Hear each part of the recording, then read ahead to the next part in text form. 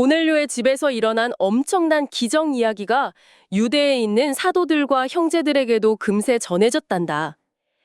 다른 나라 사람들도 하나님의 말씀을 받아들였다는 아주 놀라운 소식이었지. 그런데 베드로 할아버지가 예루살렘으로 올라갔을 때 칭찬 대신 아주 무서운 잔소리를 들어야 했어. 할례라는 이스라엘의 특별한 규칙을 아주 중요하게 생각하는 사람들이 베드로 할아버지를 향해 삿대질을 하며 비난했거든. 당신이 감히 우리 규칙을 어기고 이방인들의 집에 들어가서 함께 밥을 먹었다면서요? 하고 말이야. 유대인들에게 이방인과 밥을 먹는 것은 절대 해서는 안 되는 큰일이었기 때문이지. 베드로 할아버지는 화를 내지 않고 그들에게 차근차근 일어난 일을 설명해 주었단다. 욥바에서 기도할 때 하늘에서 큰 보자기 그릇이 내려온 신비로운 환상부터 시작했지. 하나님께서 깨끗하게 하신 것을 속되다고 하지 말라는 목소리를 3번이나 들었다고 말이야. 그리고 마침 고넬료가 보낸 3사람이 도착했고 성령님이 의심하지 말고 따라가라고 하셔서 욥바의 6 형제들과 함께 고넬료의 집으로 갔다는 사실을 숨김없이 들려주었어. 고넬료 역시 천사를 만나서 베드로를 모셔오라는 지시를 받았고 온 가족이 구원받을 말씀을 기다리고 있었다는 이야기도 전해주었지. 무엇보다 가장 놀라운 사실은 베드로 할아버지가 말씀을 시작하자마자 성령님이 그들에게도 똑같이 내려오셨다는 거였어. 베드로 할아버지는 예수님이 약속하신 성령 세례가 떠올랐다고 했지. 그리고 아주 멋진 고백을 했단다. 하나님께서 우리가 예수님을 믿었을 때 주신 것과 똑같은 선물을 그 이방인들에게도 주셨는데 제가 누구라고 감히 하나님의 일을 막을 수 있겠습니까? 조야, 베드로 할아버지의 이 진심 어린 이야기를 듣자 씩씩대던 사람들은 꿀먹은 벙어리처럼 조용해졌어. 그리고는 마음을 활짝 열고 하나님을 높여 찬양하기 시작했단다. 와, 하나님께서 다른 나라 사람들에게도 생명을 얻을 수 있도록 회개할 기회를 주셨구나. 굳게 닫혀있던 유대인들의 마음에 예수님의 넓은 사랑이 쑥 들어온 아주 감동적인 순간이었단다. 자, 이 이야기를 한꺼풀 벗겨볼까요? 네, 아주 흥미로운 장면으로 시작하죠. 맞아요. 우리 어린이 친구들이나 부모님들이 들으시면서 왜 예루살렘의 유대인들이 베드로 할아버지한테 저렇게까지 화를 냈을까 궁금하셨을 거예요. 사실 그냥 밥 한 끼 같이 먹은 거잖아요. 그렇죠. 이방인, 그러니까 다른 나라 사람 집에 들어가서 밥을 먹었다는 이유로 삿대질까지 하면서 잔소리를 퍼부었단 말이죠. 네. 이게 현대 우리 시각으로 보면 정말 이해가 잘 안 되거든요. 아니 친구랑 밥 좀 같이 먹을 수 있지. 그게 뭐 그렇게 큰 잘못이라고 저렇게 화를 내나 싶잖아요. 충분히 그렇게 생각할 수 있죠. 하지만 당시 유대인들에게는 이게 단순한 식사 예절 문제가 아니었어요. 아, 훨씬 더 심각한 문제였군요. 네, 맞아요. 여기서 우리가 꼭 알아야 할 중요한 2가지 규칙이 있습니다. 바로 율법과 할례예요. 율법과 할례. 어린이 친구들에게는 조금 어려울 수 있는 단어네요. 네, 쉽게 설명하자면 이 2가지는 유대인들에게 약간 학교의 교칙 같은 수준이 아니었어요. 그럼 어느 정도였나요? 우리는 하나님이 선택하신 특별한 백성이다라는 그들의 자부심이자 정체성 그 자체였죠. 아, 자기들이 누구인지를 증명하는 생명 같은 규칙이었군요. 맞습니다. 수천 년 전 조상인 아브라함 때부터 지켜온 특별한 약속의 표시가 할례였고 또 이방인들과 섞이지 않고 거룩함을 유지하기 위해 세운 단단한 울타리가 바로 율법이었거든요. 그렇군요. 그러니까 유대인들 입장에서는 그 율법의 울타리 안에서만 밥을 먹어야 했던 거네요. 정확해요. 유대인들에게 누군가와 식사를 같이 한다는 건 단순히 배를 채우는 게 아니라 당신과 나는 완전히 한 가족이고 서로를 온전히 받아들인다라는 아주 깊은 의미가 있었어요. 와, 그렇다면 로마 군대의 백부장이었던 고넬료, 즉 할례도 받지 않은 이방인의 집에서 그가 주는 음식을 먹었다는 건 유대인들 눈에는 정말 충격이었겠어요. 배신 행위로 보였을 거예요. 수천 년 동안 지켜온 하나님의 법을 베드로가 발로 찼다고 오해한 거죠. 그러니까 막 눈에 쌍심지를 켜고 당신이 감히 우리 규칙을 어겨 하면서 화를 낸 거군요. 여기서 정말 놀라운 점은 바로 베드로의 반응입니다. 베드로의 반응이요? 네. 보통 이렇게 억울하게 공격을 받으면 어떻게 하죠? 당장 같이 화를 내죠. 아니 내가 예수님 수제자인데 당신들이 뭔데 나한테 이래 하면서요. 그렇죠. 특히 베드로는 예전에 겟세마네 동산에서 막 대제사장 종의 귀를 칼로 뱄을 만큼 엄청난 다혈질이었잖아요. 맞아요.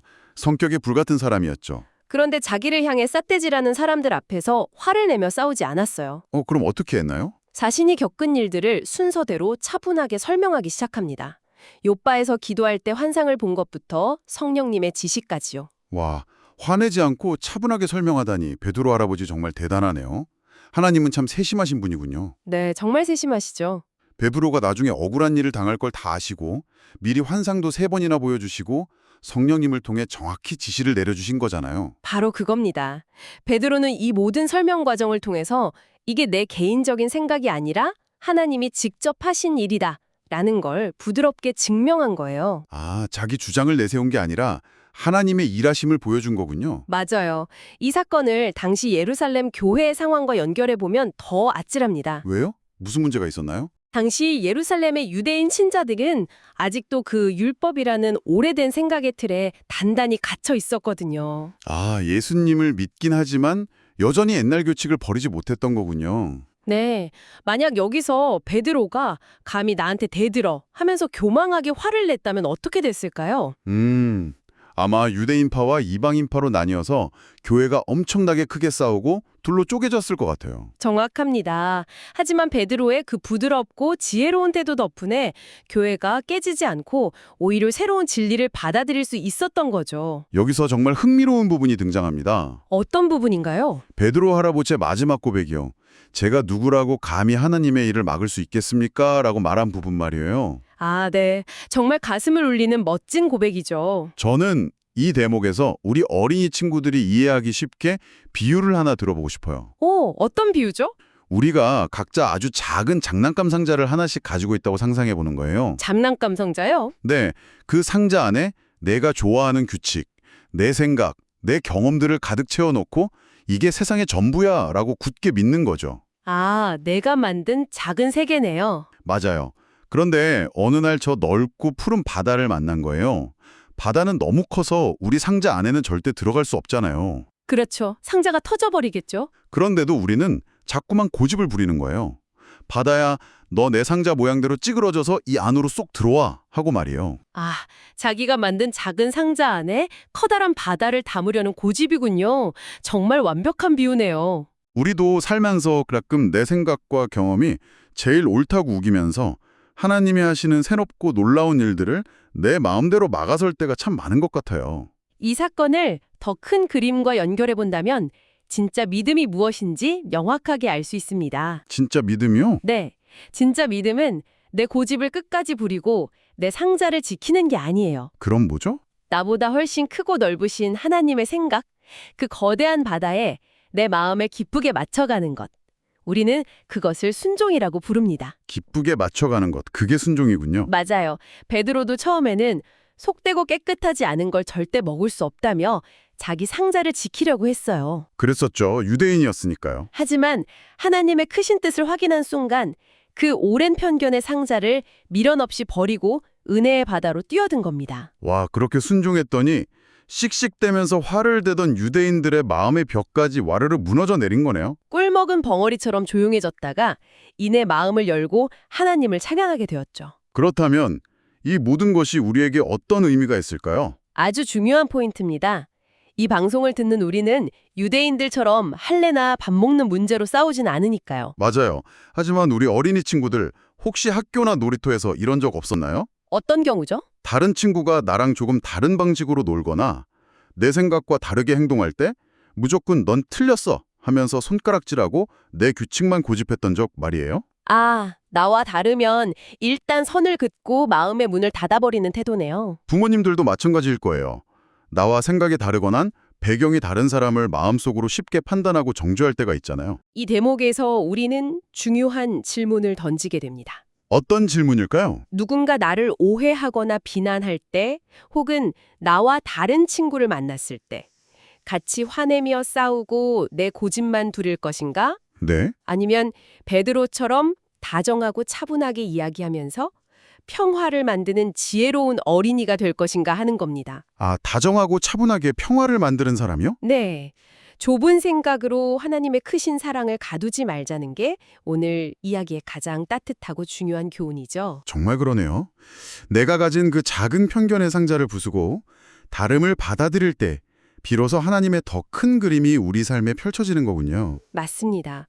어린이 친구들과 부모님, 여러분은 오늘 무엇을 결심했나요? 아마 많은 생각들을 하고 계실 것 같아요. 네, 잠깐 스스로의 마음을 돌아보면서 다짐해보면 좋겠습니다. 하나님이 사랑하시는 모든 사람을 나도 똑같이 사랑하고 기쁘게 받아들이겠다고 말이죠. 자, 이제 우리의 이런 결단들을 모아서 조엘 할아버지의 진심 어린 기도로 오늘 탐구를 마치겠습니다. 사랑의 하나님 아버지 참 감사합니다. 베드로 할아버지의 차분하고 지혜로운 설명을 통해 예루살렘 교회의 굳은 마음이 활짝 열리는 감동적인 이야기를 들려주셔서 감사합니다. 하나님, 저도 가끔은 제 생각과 제 고집이 제일 맞다고 우기면서 다른 친구들을 판단하고 미워할 때가 있습니다. 제 마음속에 있는 딱딱하고 좁은 율법의 벽을 예수님의 사랑으로 완전히 무너뜨려 주세요. 혹시 억울한 일을 당하거나 오해를 받을 때에도 화내지 않고 다정하게 말할 수 있는 지혜를 허락해 주세요. 제가 감히 하나님의 넓으신 사랑을 가로막는 교만한 사람이 되지 않고 언제나 하나님의 크신 뜻에 기쁘게 순종하는 예수님의 예쁜 제자가 되게 도와주세요. 저를 십자가 사랑으로 차별 없이 안아주신 예수님의 이름으로 기도드립니다. 아멘. 조이야, 꽉 막혔던 예루살렘 사람들의 마음까지 활짝 열리면서 이제 예수님의 복음은 걷잡을 수 없이 전 세계로 뻗어나가기 시작한단다. 스데반의 일로 흩어졌던 사람들이 도착한 안디옥이라는 도시에서는 과연 어떤 멋진 교회가 세워질지 다음 이야기도 할아버지랑 같이 신나게 읽어보자꾸나.